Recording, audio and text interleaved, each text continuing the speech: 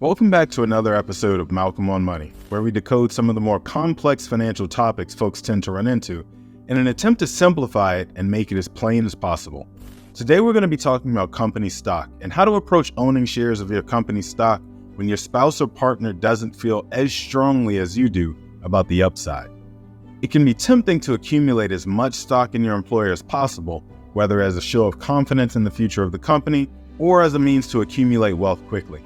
But when you decide to join your finances with a spouse or partner, in addition to determining if and how you'll merge your various checking and savings accounts, it's also important to determine how you'll approach investing as a couple. And what many couples often do is simply invest their accounts in their own name according to their own risk tolerance throughout their 30-plus year career.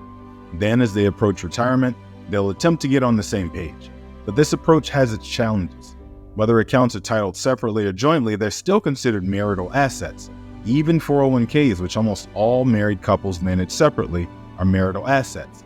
And conventional wisdom among financial professionals is that couples should determine their joint risk tolerance by filling out a risk assessment questionnaire together, but this approach often produces a questionable result as the person with the stronger personality and/or financial acumen is likely to have a larger influence on the score. Owning too much of any single stock is rarely a good idea, the same way keeping too much of your investable assets in cash is no wiser. Instead, it's a good idea to decide on a target annual return together. Then you can determine the appropriate amount of risk you actually need to take in order to attain that annual target.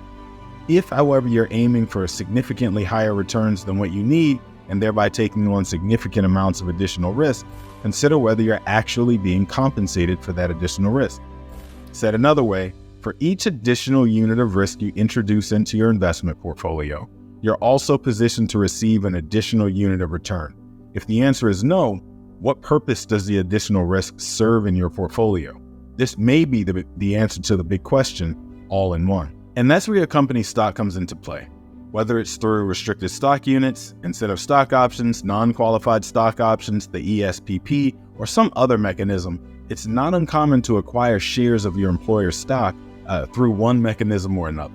And although many workers have a tendency to think of this stock as found money, it's important to recognize that this is real money and a substantial component of your overall compensation package.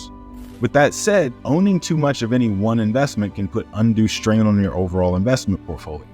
If that one stock were to crater suddenly for any number of circumstances beyond your control, it'd have an outsized impact on your overall portfolio.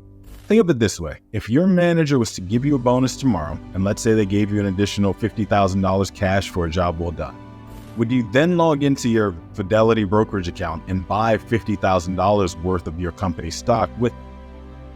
Not likely. And while you as a person who badges into that company on a daily basis have an acute understanding of the overall business functionality and what is likely to increase the share price over time, your spouse or partner doesn't.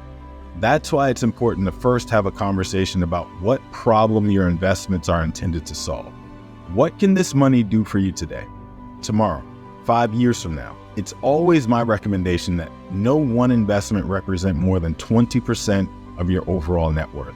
However, in an instance where you and your spouse have a tangible goal that you'd like to achieve with your money, it's an even better idea to focus on how much closer these shares of company stock can help you get to reaching that goal.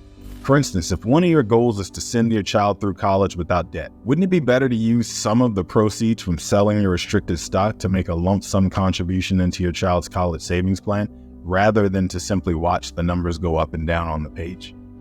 It can be easy to assume that your spouse or partner shares your enthusiasm and your confidence in your investing prowess. However, when planning as a couple, it is important to consider whether you're on the same page about your expectations. And once you can confidently say that each of your financial goals has been satisfied, then you can feel better as a couple about letting the remainder of those shares ride. Okay, folks, that's it for today's episode. Hopefully you learned something new and feel compelled to like or subscribe or whatever else you're supposed to do here. But more importantly, I hope you found this information valuable enough to share it with someone else you know. And if you'd like to receive more content like this directly into your inbox every week, then be sure to sign up for the Malcolm on Money newsletter at the address in the show notes below. And if you'd like to send us any comments or concerns or kudos or ask a question, feel free to shoot us an email at hello@malcolmetheridge.com. Thanks for watching.